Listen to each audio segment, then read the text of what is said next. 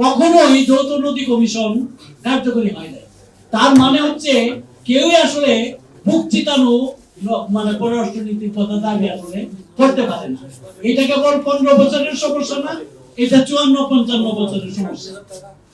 আর এই যে পানির সময় মতো না পাওয়া বা অনেক সময় বেশি পাওয়ার জন্য যে ক্ষতি হয়, বাংলাদেশ সরকার কিন্তু এই ক্ষতি পূরণ পেতে পারে, কিন্তু বাংলাদেশ সরকার সেই পথে হাঁটেই না।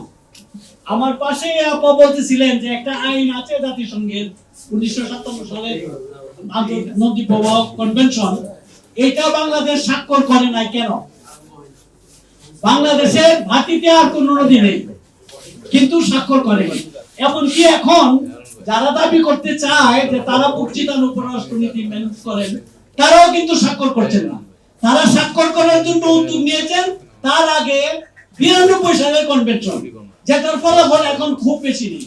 97 সালের কনভেনশন, কিন্তু সেটা আমি এই উপদেষ্টা, বর্তমানে যে উপদেষ্টা, তিনি খুবই নদী বান্ধব, তিনি আন্দোলন করেন, এখনো বলেন যে এই কদিন পরে আমি আপনাদের সারিতেই আসবো, কিন্তু তিনিও উদ্যোগ নেননি।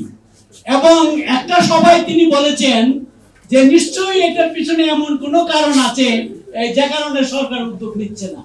এই কথা তো এটা খুব গ্রহণযোগ্য, এটা পাবলিকলি বলেছেন। কাজে আমি মনে করি যে বাংলাদেশের মানুষের পক্ষে বুক চিতিয়ে দাঁড়ানোটা খুবই জরুরি, এবং সেটা যদি না দাঁড়াতে পারেন তাহলে এরকম আলোচনা বছরের পর বছর চলবে, কাজের কাজ কি সরকারে হবে। ধন্যবাদ আপনাদের সবাইকে।